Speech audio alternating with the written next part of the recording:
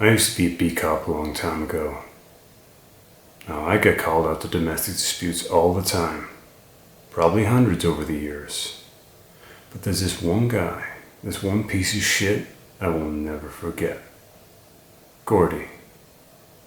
He looked like Bo Svensson. Do you remember him? You don't remember him. Anyway, big boy, 270, 280. But his wife, or whatever she was, a lady, she was real small, like a bird, wrists like little branches. Anyway, my partner and I would get called out there every weekend. One of us would always take her aside and we'd say to her, "Come on, tonight's the night.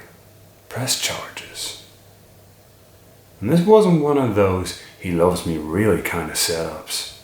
We got a lot of those, but not this. This girl, she was scared. She wasn't going to cross him anyway, anyhow.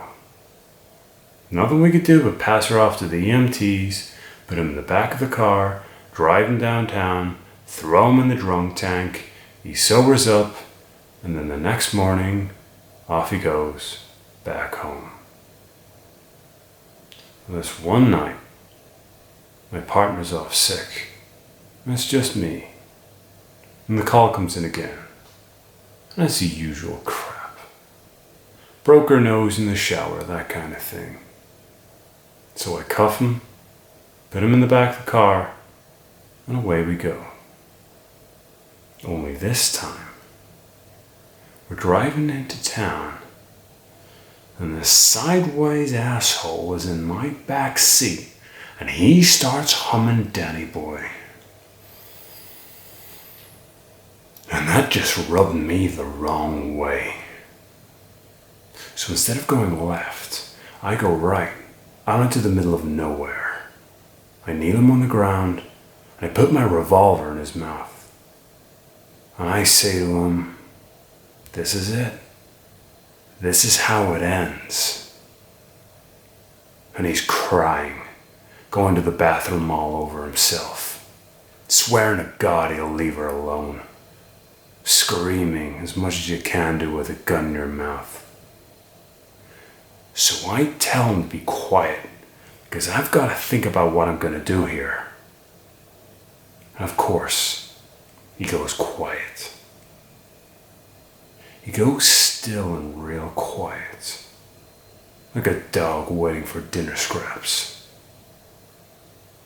And we're just stood there, me acting like I'm thinking things over, and Prince Charming on his knees in the dirt, with shit in his pants. After a few minutes, I take the gun out of his mouth, and I say to him, "So help me, if you so much as lay a hand on her again, and such and such and such and such and blah blah blah blah blah." Of course, just trying to do the right thing. 2 weeks later, he killed her. Of course. Caved her head in with the base of a wiring blender. When we got there, there was so much blood you could taste the metal. The moral of the story is, I chose a half measure when I should have gone all the way. I will never make that mistake again. No more half measures, Walter.